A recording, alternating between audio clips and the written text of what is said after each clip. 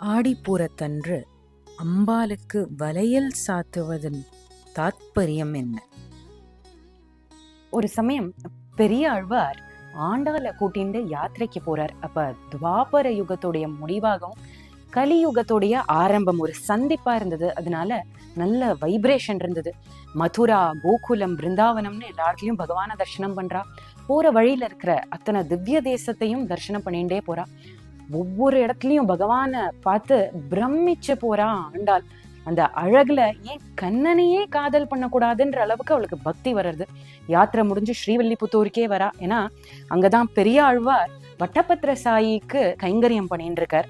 அவளுக்கு ஸ்ரீவில்லிபுத்தூரே திருவாய்ப்பாடியாகவும் அந்த கோவில் நந்தகோபருடைய மாளிகையாகவும் வட்டபத்திர சாயி தன்னுடைய கண்ணனாகவும் அங்க உள்ள புஷ்கரணி யமுனையாகவும் அவளுடைய அங்க உள்ள தோழிகள் எல்லாம் கோபிகைகளாகவும் அவளை பாவிச்சுக்கிறா.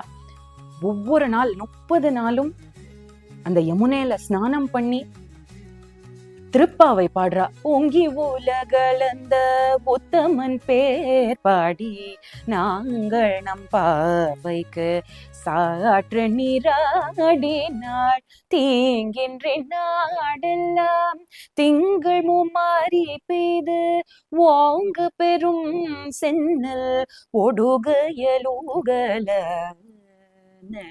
உலகக்ஷேமத்துக்காக பாடுறா. அவளை போலவே எல்லாரும் பக்தி பண்ணணும் அப்படின்றது அவளுடைய ஆசையாம். எப்பெல்லாம் பகவானுடைய அவதாரம் நிகழ்கிறதோ அப்பொழுதெல்லாம் பிராட்டியோட அவதாரமும் நடக்குமா.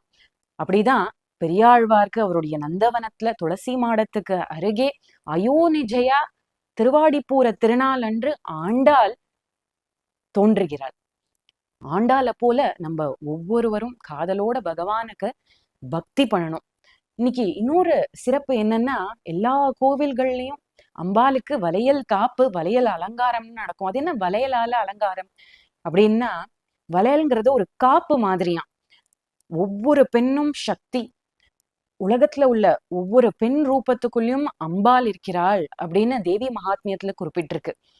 இப்ப அம்பாளுக்கு வளையல் அணிவிக்கிறதுன்னா பிரபஞ்சத்துக்கே ஒரு காப்பு மாதிரி. அந்த வளையல்களை தான் நமக்கு பிரசாதமா கொடுக்குறா, நம்மளும் அணிவிச்சுக்கிறோம்.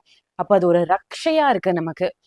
இந்த திருவாடிப்பூர திருநாளன்று நம்ம அம்பால பிரார்த்தனை பண்ணி அவளுடைய ஆசீர்வாதத்தை பெறுவோம்.